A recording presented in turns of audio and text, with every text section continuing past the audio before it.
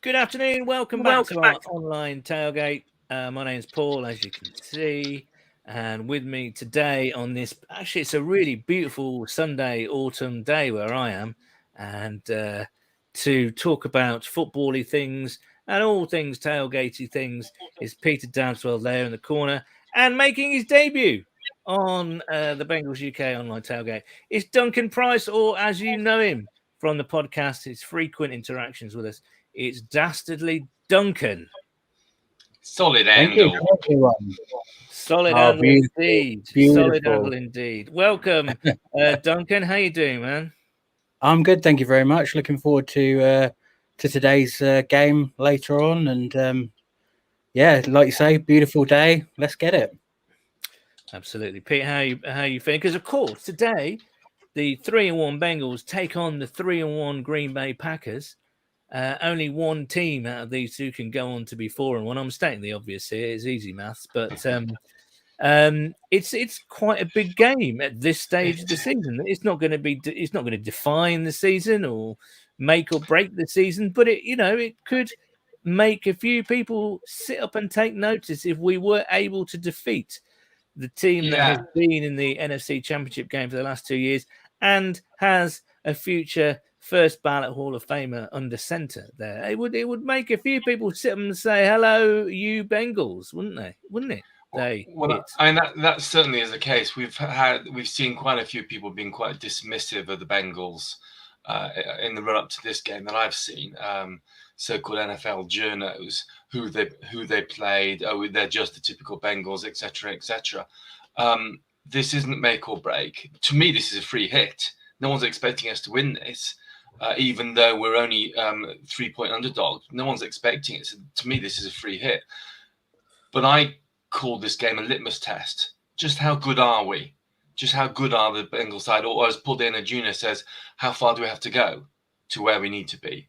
And this will be a very good test against a good side, but a side that I think are ripe for. I mean, we'll get into this in greater detail, no doubt, but I think they're ripe for taking. With that banged up secondary, the O-line, I think they're ripe for taking, and I'm quietly confident, and that worries me. What about you, Duncan? Are you quietly confident? Are you loudly confident? Are you not confident at all? What is your confidence levels, and what sound would you give that confidence level? Yeah, I think quietly confident probably sums it up. I absolutely agree with Dadders there. It's one of these games where if we win it, 4-1, it starts to look like a really positive season.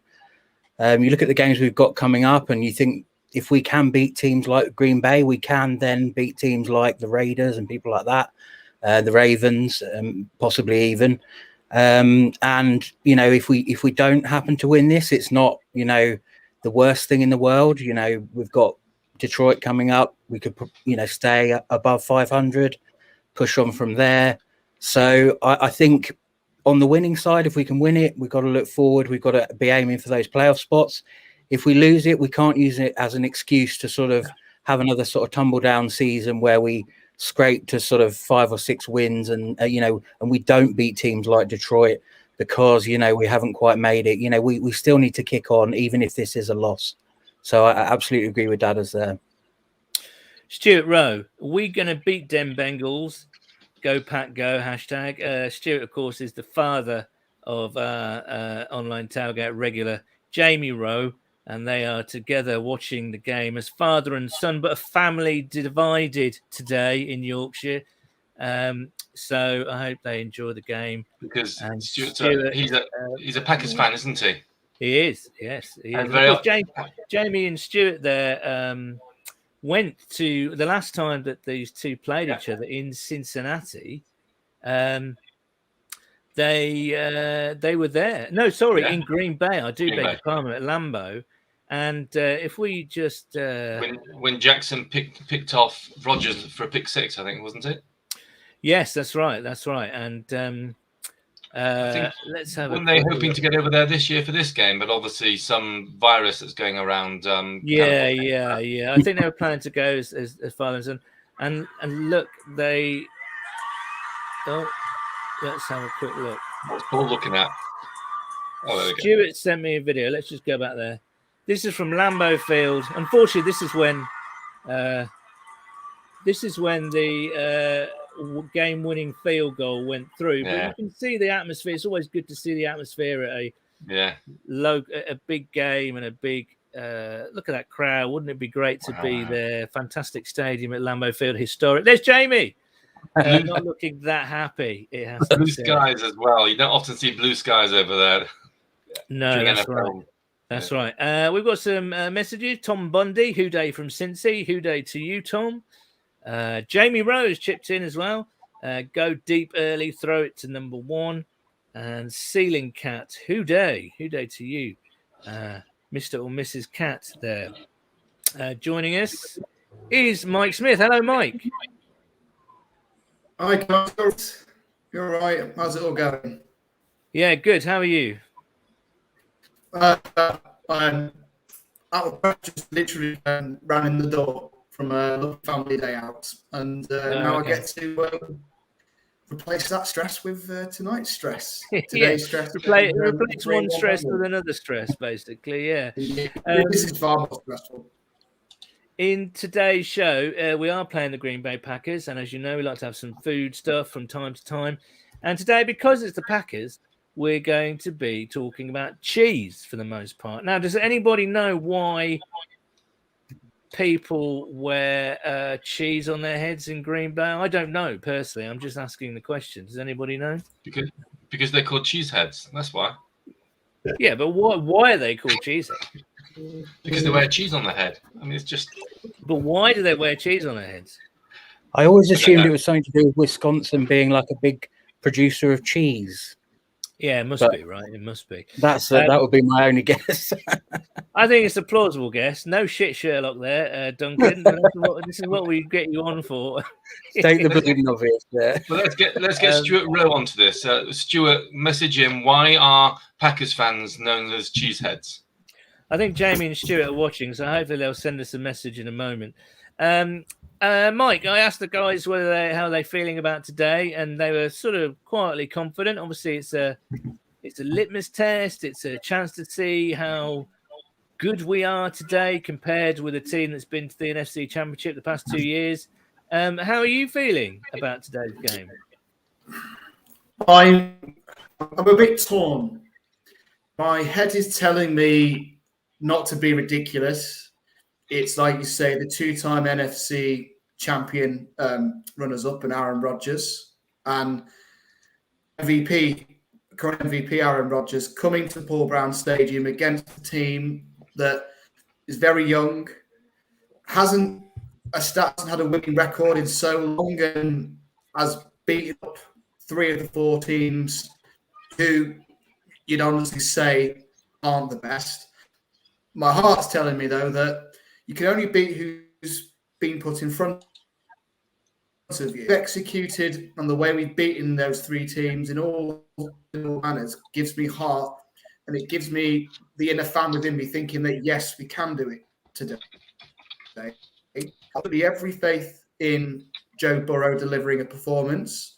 I've actually got quite a lot of faith in the offensive line gelling from the get-go. I actually think they've been playing better and got youthful performance and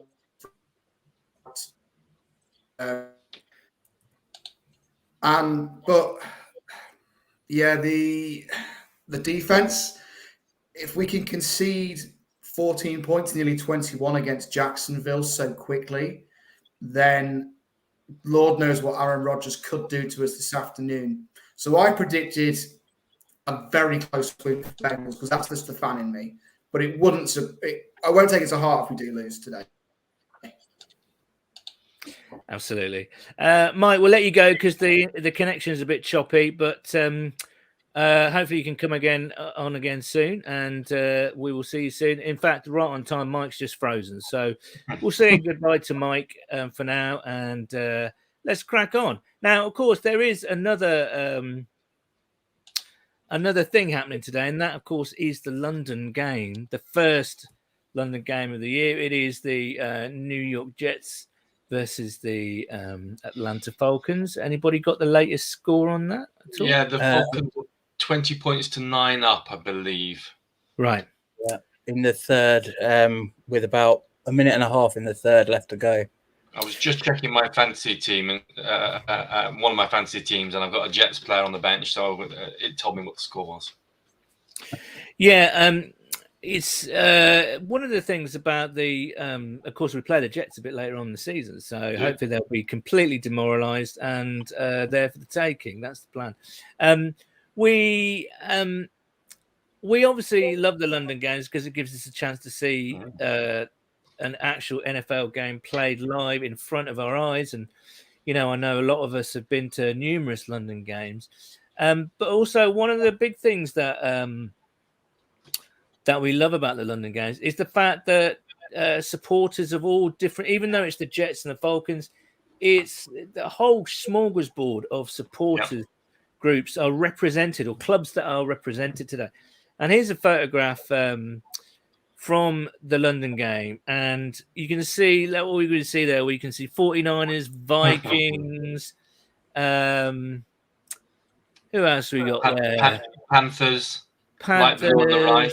Patriots in the bottom. Lots of Jets. A few Jets fans. A Patriots fan. And of course, in the bottom left-hand corner, we have one of our lots represented. With his Dalton jersey. I wonder if that's living La Vida Luca. If he's watching, let us know.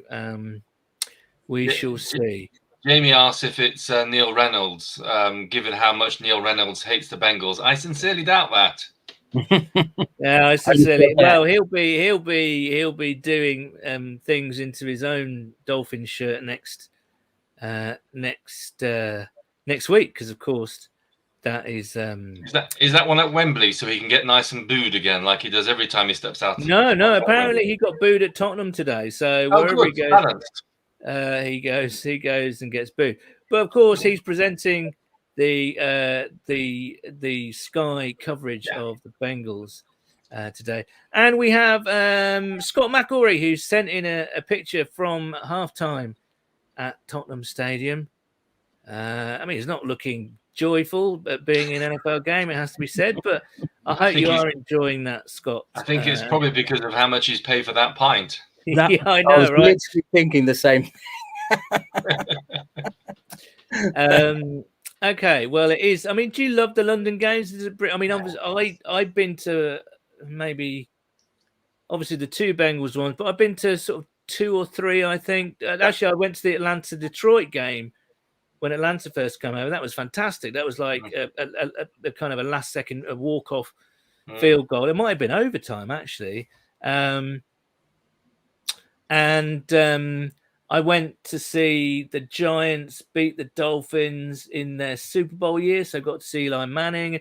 I got to see Tom Brady and Randy Moss play.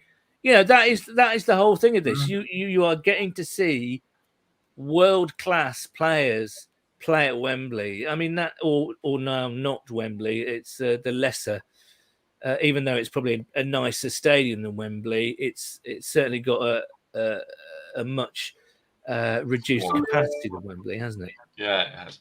And likewise, when it was at Twickenham as well. What I loved the most was, and you led with this, is to see so many different NFL fans and teams being represented. I've given this stat before, but I remember stepping off the tube where I parked, and between there and getting to Wembley, I'd made a note of every different shirt. It was about 45 different shirts, if I remember. So all the NFL ones, quite a few college shirts, a few of the old NFL Europe shirts, and it's just fantastic. And there's no tribalism that we see with our football or soccer. Everyone's there to enjoy the sport that they love, and it's great seeing it live and in person. What about you, Duncan? Have you been to any of the London games? I have. I've been to, I think it's 3. I went to the second Bengals game against the Rams, I believe. Yeah. And I have also been to Ravens Jags, where the Ravens got absolutely thumped unexpectedly. And also the Chargers. I can't remember who they faced now, but the Chargers, maybe a couple of years ago now, because I weirdly have friends who are Ravens and Chargers fans, and they just so happen to be playing consecutive years. So we all agreed, okay, we'll go to each other's games. Although they weren't mad keen on the Bengals game, but and my friend obviously had to wear a Ravens shirt, and I had to wear a Cincinnati shirt for the Ravens game, and so there was a few little remarks and stuff. But like you say, it's all in jest. It's all in the fandom. It's the brotherhood of the sport rather than the brotherhood of the team, which is nice. You know, it's like we're all behind the same thing, but we're not behind the same team. We're behind the same endeavor. And that's what makes it such a nice atmosphere. And obviously, if you can get together with fellow fans like we did in the Admiralty and stuff like that, even better. But, you know, around and about the pubs in London and stuff, there's lots of, you know, like you say, different people, different shirts. And everyone seems genuinely happy to just have a good chinwag about the NFL. So, yeah. I mean, I was genuinely, excuse me, even though it happened in 2016, I was genuinely taken aback when I was standing in front of or amidst a kind of a whole pub full of Bengals fans. I mean, I got quite jealous seeing the Falcons and the Jets today kind of celebrate their team last night in London. It takes me back. It takes me back 5 years, Pete and Duncan, and of course that means it is the 5-year anniversary of the first Bengals game in London, and that's why we're having a meetup next Sunday evening in London at the Brew House and Kitchen in Islington, and that's upstairs, the upstairs tap house room. I went there this morning just to check in on it. Everything's in working order. We've got the Lions game playing. We've got a few extra bits and pieces. So yeah, 5 o'clock next Sunday, October the 17th. Brew House and Kitchen, 5 p.m. I've said that, North London. So do come along if you're in the area. And as a result, we won't be having a tailgate, but we'll no doubt post plenty of pictures and videos of the gathering. Yeah, that's a good point to note, really. Next week, because we will be otherwise engaged, we will not be having a tailgate. We will be enjoying the company of fellow Bengals fans. And if you're watching this in America, I mean, that is quite a big deal because we are scattered all around the country. Yeah. And normally watching NFL games in the UK is quite a solitary experience, you know. Yeah. So getting together to watch a game is quite a novelty, and it's quite surreal, and it's quite amazing. It genuinely is. And that's where, when 5 years ago the Bengals came over, and we all descended on London, and we started meeting each other. And then they came over again last time, and we were able to plan even more meetings. From being a very insular, watching sport on your TV and not knowing anyone, communities have been built up. We have a very good online community now that sees us doing stuff like this and keeping in contact with each other, and then these meetups for the game. And that's all as a result, I think, of Bengals having come over, because it starts to energize and bring the community together. So the more these NFL teams do it, the better. And it looks like they're going to be doing it in Germany as well soon. So that's going to be very interesting. And I wouldn't bet the Bengals going to Germany at some point, because they are, you know, it's a city that's steeped in German history and all the rest of it. So I'm all up for a weekend in Munich. I don't know about you guys, but I certainly am. Can you imagine it being in October and have Oktoberfest? The alcohol. It will be pure and utter carnage, I think. The only downside to that is I know I have a friend who lives in Munich, so if it was in Munich, that would be perfect. But apparently flights during Oktoberfest are sky high. Let's hire a bus. Let's hire a Bengals UK fun bus to drive across Europe. How about that? We could cycle maybe or something. No, not cycle. Fun bus sounds far better. Anyway, enough talk about this London game. We have got a game to preview today, and I can't think of a better person to preview it live from Paul Brown Stadium. It is the one, the only Bengals captain, Jeremy. How you doing, man?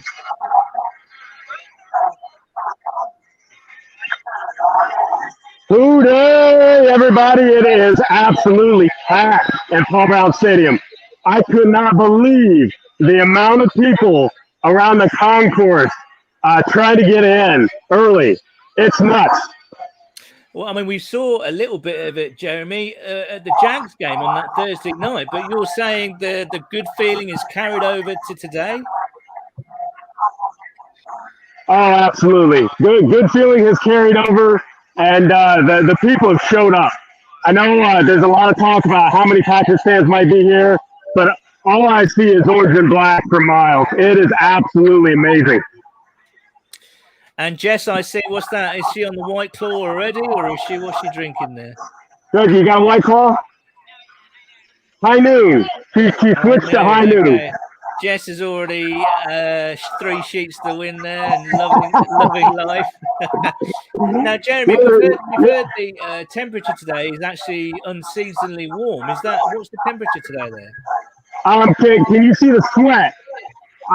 It's unseasonably warm. It's probably about 85. It feels like 110.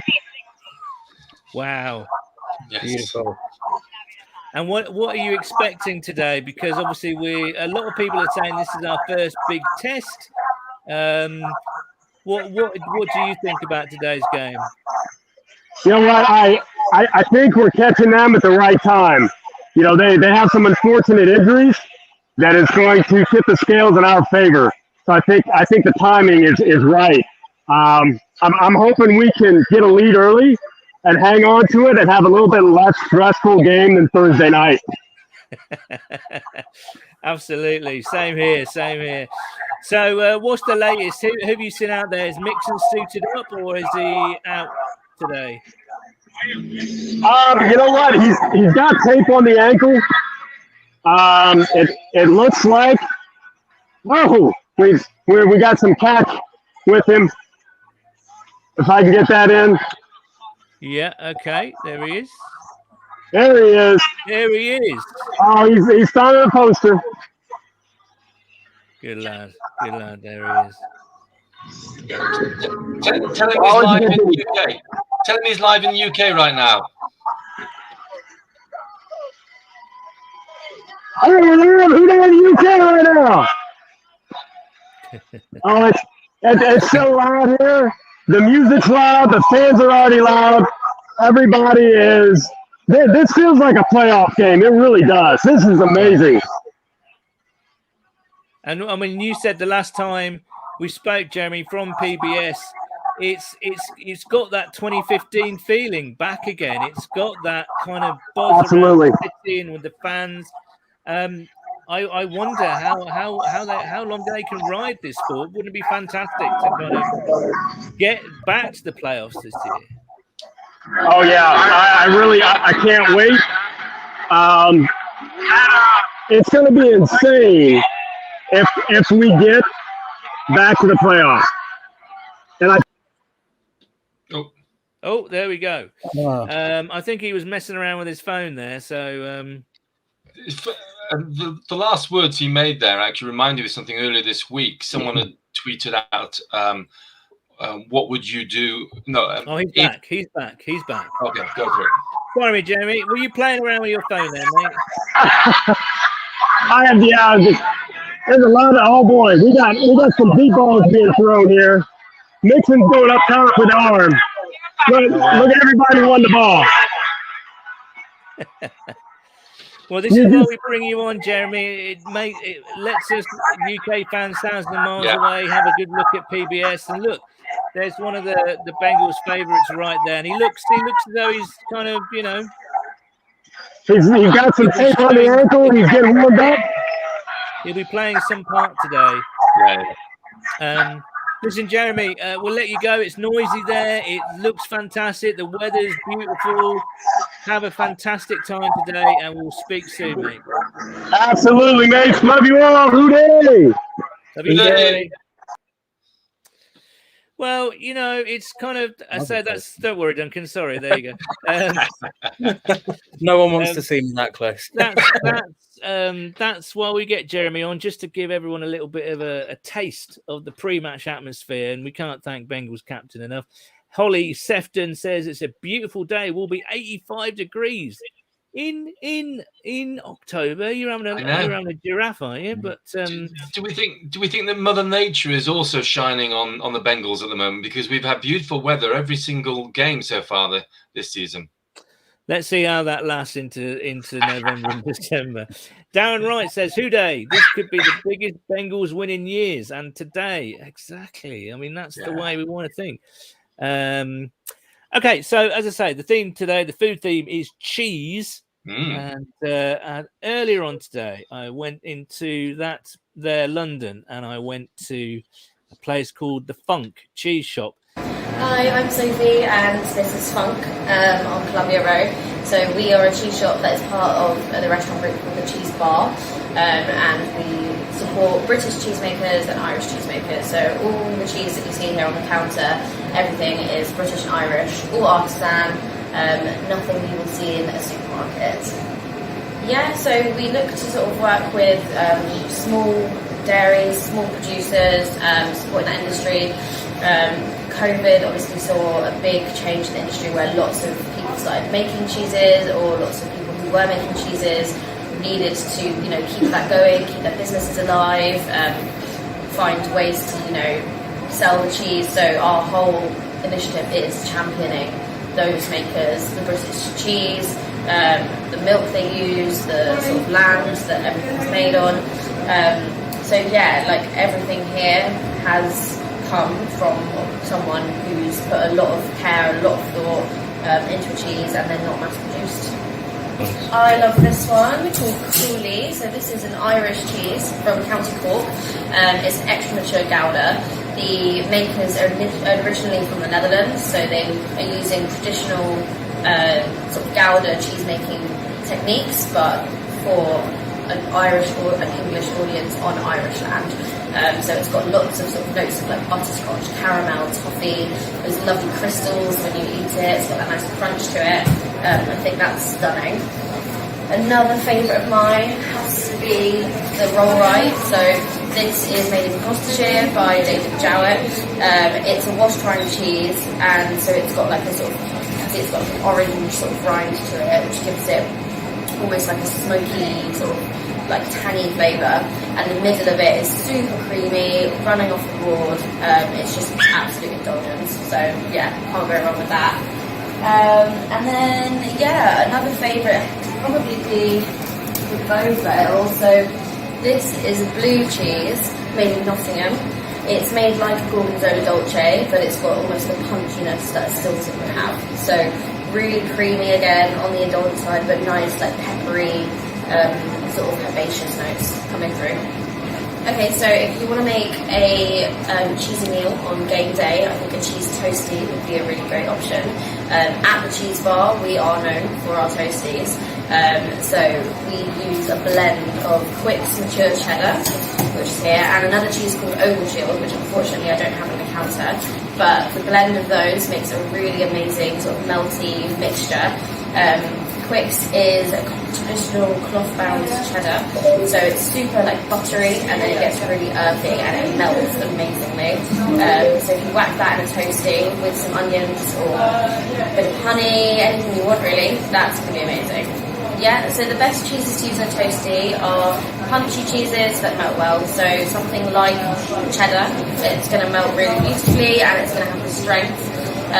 Or even something like a Cornish Gouda. So this is going to bring sort of more with like an indulgent butteriness to a toasty, and again melt really well, blend really well with the cheddar. So yeah, I think harder punchy cheeses that are going to sort of run away with the toasty. So as for mac and cheese, the best cheeses to use are going to be ones that have a nice sort of stringy pull to them. So I would recommend Kirkland's Lancashire. So this is made up north. It is again a cloth-bound cheese, so traditional cheese making method. It's really like light and almost yogurty in flavour, and it melts beautifully. So that and a mac and cheese, it's going to have like a nice stringy effect, but also not overpower the dish. So I like my mac and cheese, as I said, with Kirkland's Lancashire, and then definitely some sort of crumbed bacon bits over the top for that extra saltiness. So yeah, remember to shop independently when it comes to cheese, because as I said, we are supporting these cheesemakers, small producers, and going independently, you can go that bit further with making it happen. So yeah, go Bengals! There we go. Many thanks to Sophie at the Cheese Bar or Funk, and you can have a look at all of their cheeses online at thecheesebar.com/funk. That shop is based in Columbia Road in East London, but they do have, check this out, lads, they do have a speciality grilled cheese sandwich shop in Camden Market. So if you're in North London, please go and have a look. I've had a couple from there, but they're amazing. And I think it is, I mean, going to a specialist cheese shop sounds quite poncy, but honestly, you can.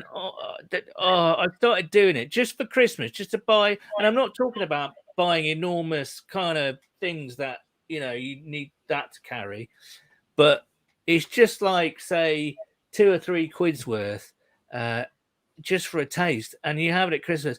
And it just makes it's a world apart from the stuff that you get from the supermarkets. Honestly, I mean, you could probably tell. Viewers could probably tell, but those who can't, we should say from the group chat that we have that there are 2 things which light Paul's life up. One are Jaffa cakes, and the other is cheese, and he just loves his cheese, don't you? Well, I do, but I don't eat. Do you know what, though? I don't eat a lot of it during the year. I occasionally, obviously, a bit of Parmesan on my pasta dishes or whatever, but not like, oh, I fancy some cheese. But at Christmas, I do spend, treat myself to like a tenner's worth of really nice cheese from like a farm shop a couple of miles away.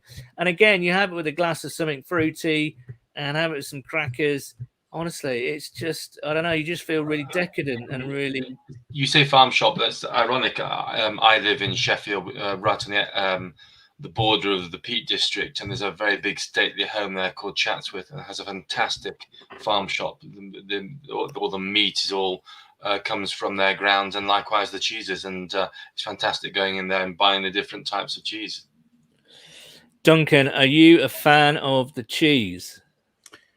I'm more a fan of Jaffa cakes, if that helps. I am, but I've got a very unsophisticated palate, so I'm not a fan of anything massively strong or anything. But a brie or a mozzarella with some nice sun-dried tomatoes, maybe some Parma ham, something like that. That'll suit me down to the ground. Favorite cheese dishes? I do like a grilled cheese sandwich. I mean, or just cheese on toast. Cheese on toast. You cannot beat that, man. No. I love cheese on toast, and again, one of the speciality for Sheffield is a relish. Around the world, people buy Worcester sauce. Liam Perrins is a brand, but Sheffield have their own specific one called Henderson's relish, and it's just fantastic. And you can't go into a house in Sheffield, open up the cupboards, and you just won't. There won't be a house where you won't see at least one bottle of it, and it's just fantastic on cheese and toast. Just fantastic on grilled cheese. Yeah, I am a bit, as Sophie said there. I mean, I asked her specifically about mac and cheese, and we'll be doing something on mac and cheese later on in the season. But yeah, a good mac and cheese is also really fantastic. I mean, just indulgent and really, really, I'm getting hungry here. I tell you that. Do you like blue cheeses or not? So I can't take blue cheeses. Yeah, I do really like them. I don't like them like super strong, but I will eat blue cheeses, especially at Christmas again. Just a little cheeky taste. That's all it takes to propel me into kind of some sort of Victorian gentleman in a smoking jacket sitting in a big armchair. I may do that for Christmas, the Christmas tailgate. You never know. It's a tradition at the end of the Christmas meal, isn't it? Blue Stiltons, celery, a few crackers, coffee. Yeah. Good company. Yeah. A few cigarellos, a glass or 2 of port, and maybe a pipe. I don't know. But of course, Cheddar, and I mean, I'm gonna test you here, Duncan. You say your palate doesn't extend to very strong cheeses. So I've got some. I've scoured the internet, as I like to do on these things, and I've come up with some cheeses. So just tell me, Duncan, whether you kind of quite fancy these sort of cheeses. Okay. So this is a cheese called Pula, Pule. It's a crumbly white cheese made from the milk of Balkan donkeys from Serbia. And it goes for about €1,000 per kilogram. Because it takes 25 litres, about 7 gallons of donkey milk to make just 2 pounds of this crumbly smoked cheese. So this is where the beers for Wembley get made, right? It's the same place. Well, that's it, yeah. Would you have a little tickle at that, Duncan, on donkeys? I'd have a little go on that. Yeah, I'd have a little try. I don't mind like goat's cheese and stuff. So, and I think that would be quite similar, right? It looks quite sort of similar. That's what I'm thinking. Yeah, that's along those lines. That's what you're hoping, Pete. Yes. You're a name on that. Absolutely. I mean, it doesn't matter what. Almost, it doesn't matter what animal the milk's going to come out of. You've got to give it a go. Well, funny you should say that because. Here we go. What have I got next for your delectation? What have we got here? You have to Please don't say it's human. No, humans don't produce milk, Pete. We're not that kind of milk anyway. Anyway, all right. This one is called ARAG, and it is. Let's just go down to get my description here. ARAG, AIRAG, ARAG cheese. It's called kumis or ARAG and is a fermented creamy cheese made from the raw milk of a female horse. The milk is a traditional drink for people in Mongolia and Turkey. It can be mildly alcoholic, but you need to drink a ton of it to feel its effects. The taste of the horse milk can be sour, which is why it's used to make the cheese as well as yogurt. So, female horse milk, Pete. Now, you know. I mean, why is it massively different to donkey milk on the previous one? But it's a horse. But it's what you do with it. Yes. Okay. No, listen. Would I try it? Absolutely. Would I like it? Not so sure. Interesting. It's fermented and practically alcoholic. Maybe that's to try and hide the actual flavor. Duncan, yes or no to that? Yay or nay?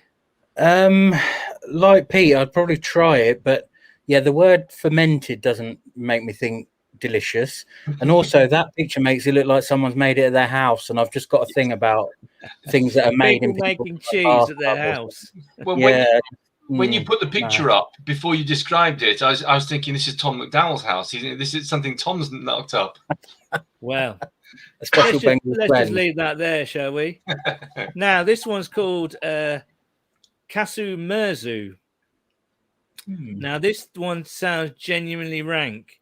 It literally translates to rotten and putrid cheese in Sardinian. And it's a sheep's milk cheese that actually contains larvae. It comes from pecorino cheese and goes way past the point of typical fermentation to the stage of decomposition. The larvae are purposely introduced to the cheese to break down all of its fat. The resulting texture is soft with a little liquid, and it has a strong, pungent and burning taste. Now, if that isn't a recommendation, I don't know what is. A strong, burning taste with larvae swimming around in it and a bit of cheesy, fermented liquid. It's a big swerve away from that for me. Duncan, I feel like it needs Christmas to be Day. you could maybe do that on Christmas Day. I feel like it needs a bit of a Nathan sort of like, no, you don't be messing around with that stuff, son. I've got larvae in it. It's no. Exactly. You can't be doing that. Can't be doing that. And finally, we've got, let's have a look at this one. And it is. Can you guess why it's black? What's the trendy ingredient around at the moment? Ink? Some sort of squid ink or something? No. It is charcoal.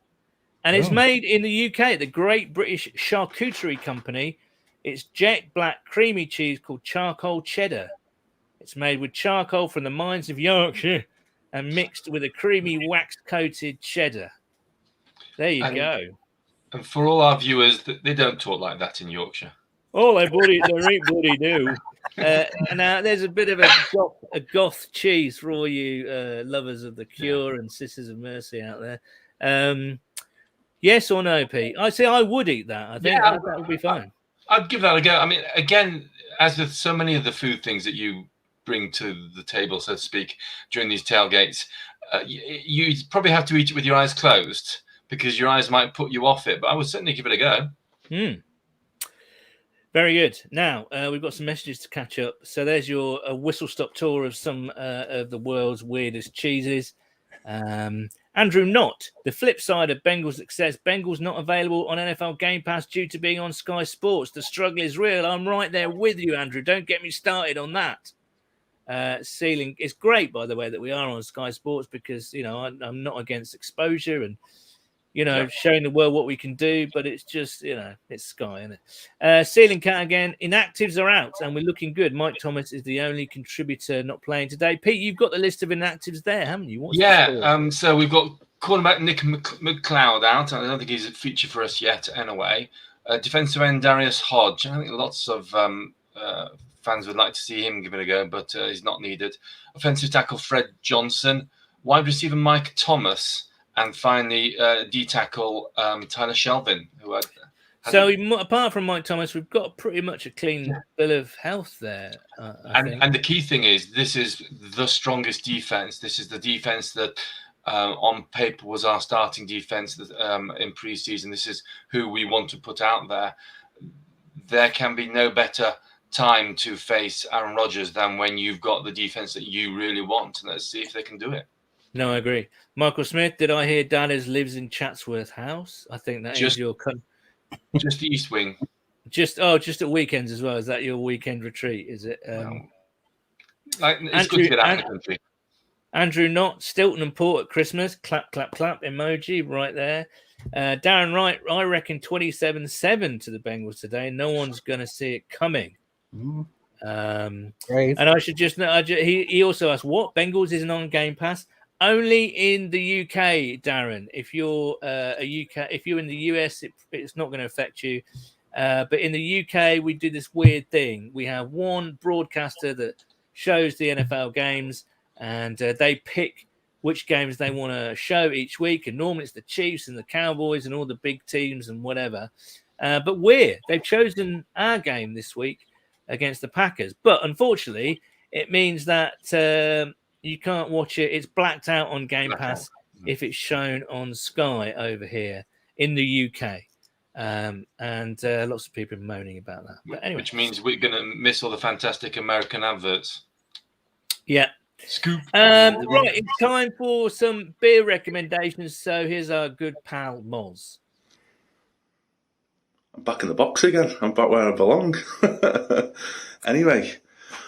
Here's Moz with two beers I recommend for you. There's two different types of beers I'm going to recommend. The first one is a lager, a Czech-style lager called Lasker Pils. This is brewed by St. Mars of the Desert, who are based in Sheffield. Quite an interesting story about this brewery. I think a couple of Boston lads, Boston, Massachusetts, and decided they wanted to live in England and set up a brewery. And fair play to them, and to be fair, they've been quite a success as well. So this is a Czech style lager, and with this beer, it's only 4.4, I think, something like that. And with this, you can expect lemon, like spicy lemon, bit of pepper, really clean, bit of bread, that type of thing. It's a really, really delicious lager. I'm a big fan of Czech style lagers, to be honest with you. I'm a bit of a snob when it comes to lager. You've got to be German or Czech, So, and these have done it really well. So, definitely try that one. And with it being quite low ABV, you can get a few down you. So, it's readily available still at the minute. With it being October and in Oktoberfest, it's already ended technically in Germany. But us Brits don't care, do we? We just any excuse to drink more lager. The second beer is a big boy. I've not recommended any big strong ones for a few weeks, I don't think. This is from Keys, who are based in Holland. It's a 13% Imperial Stout. It's called Swedish Vacuum Cleaner. I'm pretty certain it's actually quite a famous sweet / pudding in Sweden. And basically it's chocolate, marshmallow, and marzipan. You can probably get the gist of what it's going to taste like. So obviously chocolate, sweet marshmallow, vanilla, almondy, them type of flavours. And yeah, Keys are a fantastic brewery for stouts. They're really well known. I think I've recommended the chocolate fudge before now. That's been re-released again. So yeah, I think it's relatively cheap, 5.25. I've seen it for, and yeah, it's only a small can for that 330ml, so it's not like one of these big massive cans. So yeah, they're 2 beers I recommend. Hopefully we continue this winning streak of the Bengals. Give me a tough game. Rodgers looks brilliant again. Thankfully for, it's a bit of a long story, but NFL Fantasy decided I had to have Aaron Rodgers, even though I didn't really want to have him at the time, but it worked out quite well at the minute. But yeah, it's going to be a tough game. I think we've got a chance, they aren't at full strength, and I think a lot of our players should be back who were missing or were expecting to miss. So yeah, Trey Williams sounds like he's injured again, but it just seems like the story of him and Cincinnati, doesn't it? But anyway, hopefully we get a win. That'll be bloody brilliant. And I look forward to seeing some of you in London next week. Who dey? There we go. Mars with 2 very different contrasting beers. One from Sheffield, Pete. And then one from Sweden that tastes like chocolate and marshmallow and marzipan. A vacuum beer, a Dyson beer. Yeah. Absolutely. Yeah. Thank you to He makes Mars. everything else. Yeah, I mean, I don't know about all these kind of funky stouts. I'd be more inclined to go with that lager beer, I think, at some point. So, but thank you, Mars, for those recommendations. Mars will be with us in London next week at the meetup, so you can meet Mars in person if you fancy that. Now, just before we get to Adam and his fantasy waiver wire pickups, you've got about 3/4 of an hour to get your team shipshape before the 6:00 games in the UK. We're going to talk a little bit, and of course, we want to hear your predictions. We really want to hear your predictions for the game, scores, who's going to have big days, and all the rest of it. Is there? Can you stop Rodgers, Duncan? Is there a way to stop Aaron Rodgers? Do you think? There is. I remember seeing, I think it was yesterday, some stats on him that he doesn't or hasn't often in the last sort of 10 games. I think maybe in the last 10 games, he hasn't thrown over 350 yards. So he's very efficient, like Burrow. So I think it's the same game plan that anyone would have, which is obviously to try and take away the receivers, keep the run game. I think if you can restrict the run game, then obviously he doesn't have that aspect to go to when he wants to take a break. That forces him to throw more. And then obviously, the defense can take over. But saying it and doing it are obviously 2 completely different things. And, as we want Burrow to be in the future, Rodgers can be very clutch when it comes down to it. And you do not want to give him the ball with a minute or 2 left on the clock with, anywhere near, the score that you're on. So yeah, it can be done, but it'll be a challenge, definitely. Right, shall we go to, before I ask you about that same question, Pete, shall we go to Adam and his fantasy waiver wire pickups? Oh, go on. I've just noticed that one of my fantasy teams, my 2 quarterbacks are Aaron Rodgers and Joe Burrow. I put Joe Burrow in ahead of Aaron Rodgers. That tells me where I'm at with this one. Interesting. Okay, here's Adam to tell you if you are right or not. Who day, Bengals fans. Big test for us this week. First proper challenge we've had, frankly. Looking forward to it. Should be a really good game. Got my Uno jersey. Turn up today and nice black and black cap. But anyway, should be a decent game. Hopefully Joe Mixon will go. If not, I've got a couple of people I can mention later on in the waiver wires for week 5. First up, I'll start with QBs. Daniel Jones apparently is still available in quite a lot of leagues. He's only 34% rostered on NFL. He's averaging 23 points a game. He is apparently the QB5, which seems a little bit surprising, but he has looked good this year. He had a very good game last week, 400 yards, and he plays the Cowboys, who their defense is a little bit better this year than it has been, but it should be a high-scoring game. I expect them to put up yards, put up points, and I expect the Giants to put up some points. One that I mentioned in week 3, last time we did these, Jared Goff, he's averaging 18 points a week. He throws a lot. I think he's thrown the 5th amount of yardage in the league. Admittedly, he hasn't got many targets, and TJ Hawkinson could be out as well, so there's even one fewer for him. But he's only 20% rostered. If you're really, really struggling, then he's one to look at. Running backs, obviously, I believe that this man here could be out. They have said for some reason he might be available in some small part. I was like, what's the point? Just rest him. If they do, then obviously you're after Samaje Perine or Chris Evans. Apparently, they've said there'll be a combination of either of them, both of them. Samaje will obviously get the shorter yard stuff. And probably the earlier downs. Chris Evans has looked good there in the little bit that we've seen.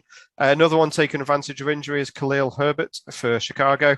David Montgomery's out. I would imagine Damian Williams has probably been picked up in your leagues, but Herbert should get a little bit of work. He's a 6th-round rookie from this year, and they seem to like him. To pair someone up with Daniel Jones, if you pick him up, Kadarius Toney for the Giants. He was targeted a lot last week. He had 6 receptions for 78 yards. With Darius Slayton and Sterling Shepard still out, he's probably a decent one to look for. Waiver wire is very thin on all players, to be honest. Quez Watkins, 7 targets last week. Only caught 3 of them for 33 yards against the Chiefs, but there's a high target share for the Eagles. And Zach Pascal, he had 5 targets. He's had at least 5 targets every week this season. He scored 3 touchdowns in the first 2 games. He's been a bit quiet since then, but the Colts offense as a whole, so hopefully they'll be able to pick it up a bit. But again, if you're struggling, he's one. And yeah, that's it for wide receivers. Tight ends, if you're going to the London game, the Falcons versus the Jets, the Falcons pretty much have no pass catchers. I think it's a breakout game for Pitts, but you're not going to be able to get him. So have a look for Hayden Hurst, who's the 2nd tight end there. He gets a lot of catches. He had a few last week. So yeah, just a punt. And Max XX Williams for the Cardinals. He has had 3 out of 3, 5 out of 5 in the last 2 games, and he scored a touchdown last week. Should be a high-scoring NFC West game against the 49ers. So I would be looking for him in the red zone kind of things. Anthony Ferkser, he had 5 targets versus the Jets last week for the Titans. Again, with these tight ends, you're basically after a touchdown. That's going to do it for you. But yeah, Ferkser, he dropped a couple, which is a bit worrying, but Julio Jones is out again. They do have AJ Brown back, but I think Ferkser should get a few targets. That's about it. Who Dey, and look forward to us on Sky tomorrow. Hopefully, we won't F it up in front of everyone. Thank you very much to Adam there. Obviously, that was recorded yesterday, and the Falcons and the Jets are still playing at the moment. I think Falcons have won, haven't they? Pretty much. They're 10 points out with 40 seconds left. So, oh, okay. Carl Pitts has finally come to the party. It's quite nice scoring your first NFL touchdown in London, isn't it? Yeah, it is. Well, good for him. You know, it's often takes rookies sort of different times to kind of, you know, especially for tight ends and O-line, it's much harder to transition to the pro game. Absolutely. Tom McDowell sent a picture in. This is what he's eating for the game. He's got some spicy wings there. I think there's some vegetables there, which is unusual for Tom, but spicy buffalo and Fanta wings. Fanta, so that's like an orange flavored soda there over here. So I'll be interested to see what they look taste like. I don't actually, because I'm a vegetarian, so I don't really care. However, it is that time of the day to see what your predictions are. Ollie Iverson says, Who Dey, let it rip today, 38-34, nailed by to win. And I mean, everything is pointing towards a bit of a shootout, really. But these 2 defenses are in the top 10. So I do wonder. I mean, I predicted a shootout, which was kind of in their sort of in the 30s and whatnot. But I do wonder whether this is going to be a bit more defensively minded than we thought. Pete, no, I be right? No, okay.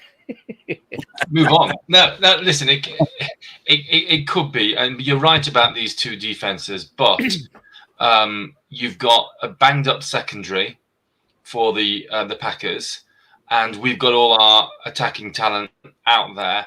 Meanwhile, they've got Aaron Rodgers and the best wide receiver in the game. It's going to be, and what's going to be interesting, I think it's going to be very much like what the Jags did to the Bengals last week. The Jags said, we're not going to get beaten over the top by Jamar Chase. So they had two safeties back all the time. Well, I think the Packers are going to do that because they've not got the cornerbacks. And therefore, Tyler Boyd's going to feast. It's just going to be pass short, pass short, pass short. The Steelers tried to do that to the Packers, and Randall Cobb feasted last year. So I can see those two players having an absolute feast, and I can still see a huge shootout. Duncan, give us a prediction today. We're coming to the end of today's show. Are you still on our weekly predictions blog post? I am. I did just check the Packers, but have you been swayed at all, or are you sticking with that? I think it's close. I don't think it's going to be. I wasn't like, oh, the Packers are going to win it. It's just by how many. I think in my head, it's a touchdown either way.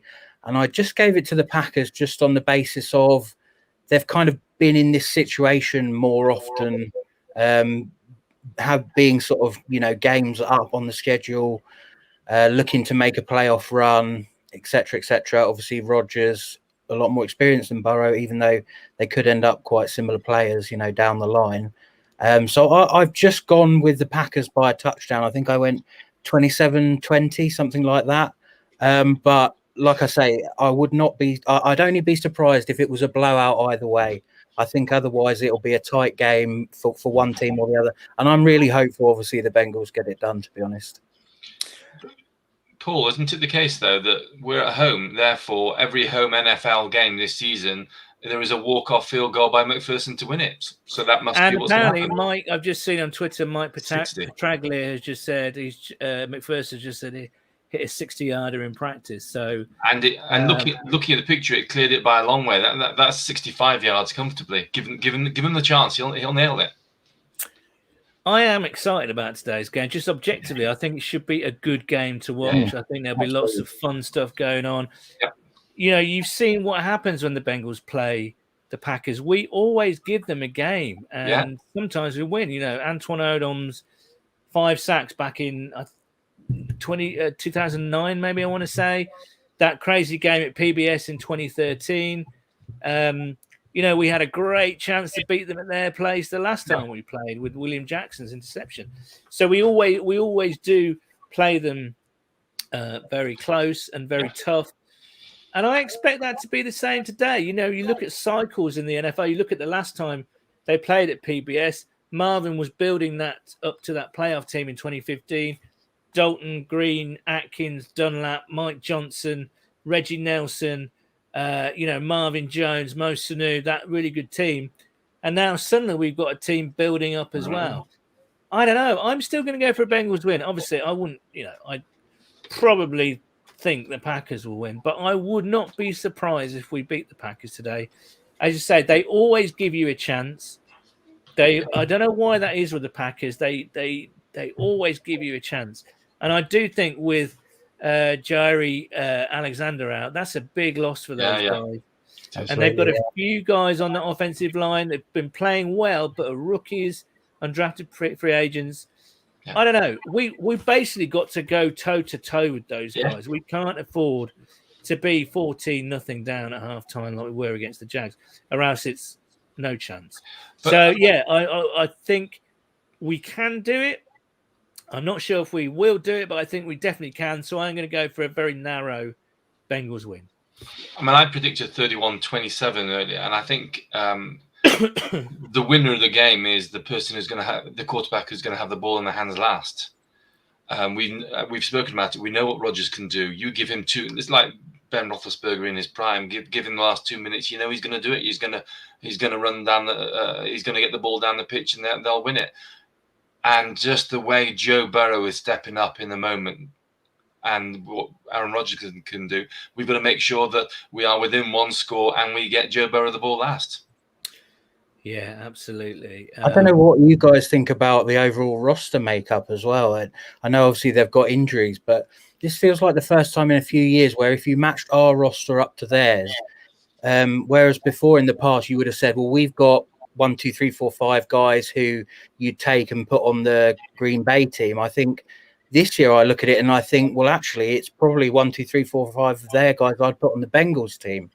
I think if you match them up player for player, we are a better side. It's just that they've got that one player who probably elevates the other ones, up so much. It's more than that. We may be able to do that on paper, but on the field, they've got that experience as well. Absolutely. That's the biggest factor. We've not done it. Once we've done it, then we can have great confidence in this squad, but we haven't. And it's overcoming that hurdle, getting to the next postseason and winning the postseason, and then knowing how to get there and doing it again. Yeah. Donny from Ipswich has just sent in the beer that he's drinking. Seal. It does exactly what it says on the tin. Medium oak and harvest gold. That's if you like that one, Paul. Yeah, absolutely. Thank you to Donny from Ipswich for sending that in. And just as we finish off, I think this is an apt picture. This is from Darren, who's been interacting with us today, and this is live from his living room. He's ready to go. He's flexing. And I think we're all like that. So enjoy, Darren, today. And I hope everyone enjoys the game. I say it should be an absolute cracker. Big thanks to Pete Dadswell as ever. And Duncan Price making his debut today. Hope you enjoyed it, Duncan. Thanks for coming on. Loved it. And that's also it from me. So have a great day. We'll be back with the podcast tomorrow. Remember, no tailgate next week, because we will be actually tailgating and meeting in person at a pub in North London. So until then, enjoy the game, and we will speak soon.